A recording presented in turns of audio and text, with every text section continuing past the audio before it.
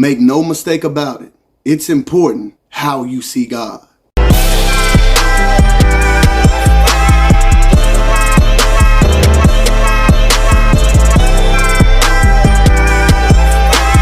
I want to let you all know that I woke up this morning a black man. What I mean by that is I woke up this morning understanding that I'm a black man, understanding where I thought that I came from. With that being said, when I woke up this morning, I began to have thoughts of a black man. What I mean by that is I started to think about the Bible and my relationship with God. And I started to think about all the characters in the Bible, even up to Jesus. I was like, everything I researched was whitewashed or all white people. When I looked up Paul or when I looked up Mark or Matthew and Luke, everything I looked up, even when I watched the old movies, I would only see white characters in these movies. And I began to see these things through a lens of a black man. And no lie, it began to frustrate me. I began to say, well, wait a minute. Everybody could not have been white. Everybody could not have been this color right here. And then I began to try to figure out what color was Jesus. And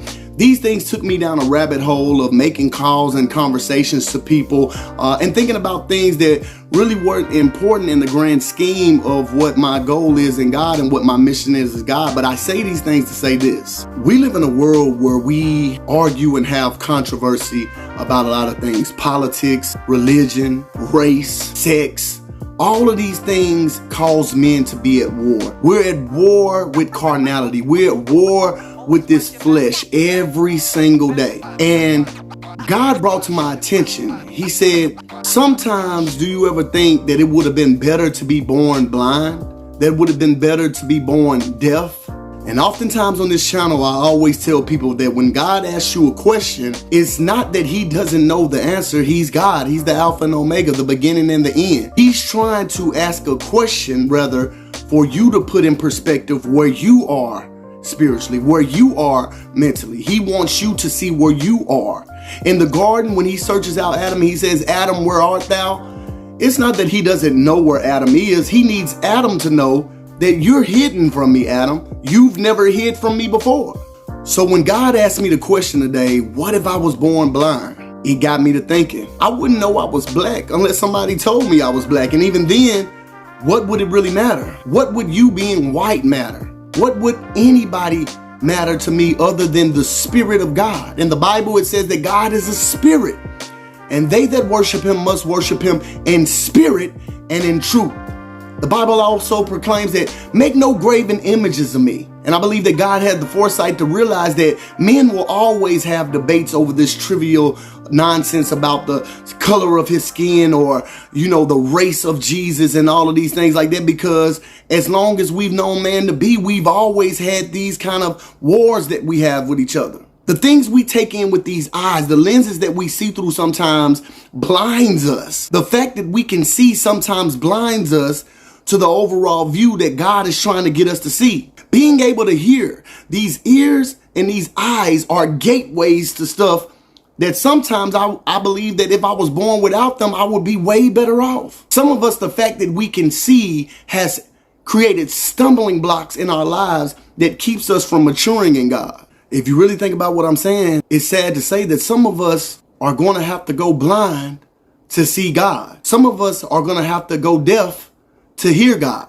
When you look at the story of Paul in the Bible, when he had his encounter with the Lord, he went blind for 3 days. And many of you would probably feel sorry for Paul. Many of you would say, well, why did it take all of that? Well, through him going blind, he had no choice but to rely on God. He had no choice but to turn to God. He had no choice but to listen to the Spirit of God minister to him and give him his mission on what he was supposed to do in life. Many of us are hindered in our walk with God, hindered in the things that we want to do because of these right here. And we're not just talking about the carnality of sin, the lust of the flesh, the drinking, the smoking, and all of that. Many of us can't get past some of the issues of the things we see when we open these windows every day. Many of us will watch the news and we'll get caught up in news cycles because we woke up and we opened these up and we didn't open the Spirit up. Many of us will get caught up in what these hear in the morning about what's going on in the daily happenings in the world and the stresses of these world today, because if I was deaf, I wouldn't even be able to hear these things. If I was blind, I wouldn't even be able to see a bill. So again, I ask you, What color is Jesus to a blind man? How does God sound to a deaf man? Another thing that I often say on my channel is this: I don't care what color Jesus was, I just care that he was. Because if he doesn't exist, I don't have a blueprint, I don't have a way, I don't have the truth, and I don't have the light. But because he was, because he walked, I have an escape plan from this world. I have a way out. I have a truth that I see that most of these people in the world don't have. I'm able to get a joy and a peace and a hope for better than what somebody who does not have Jesus has. Many times I say to the unbeliever, why does it make you so mad that I choose to believe? You have to question yourself when you're mad that I choose to believe, that I choose to have a faith that you just can't seem to ponder. Even if you think it's imaginary, even if you think it's unreal, what is the source of your anger? Because I choose to have an escape. And I'm willing to be patient so that you can try to understand this thing, because I understand how it feels to be a person lost in the wilderness, in the darkness, with no hope, with no way out, with no knowledge of the truth. So God has given us with the vision and the hearing and the ability to use our limbs a great responsibility. But in order to get to this responsibility, we have to see the bigger picture. And I'm not talking about with your physical eyes. We have to hear God's voice. And I'm not talking about with your ears. You got to be connected through that umbilical cord that we call the Holy Spirit. The Holy Spirit, Jesus, and God are all one. I know they want to talk about the Holy Trinity, but they're all one. The reason Jesus is God is because in the beginning was the Word was with God, the Word was God. And I can't separate myself from my Word. As a man, I cannot separate myself from my Word, so my Word is one with me.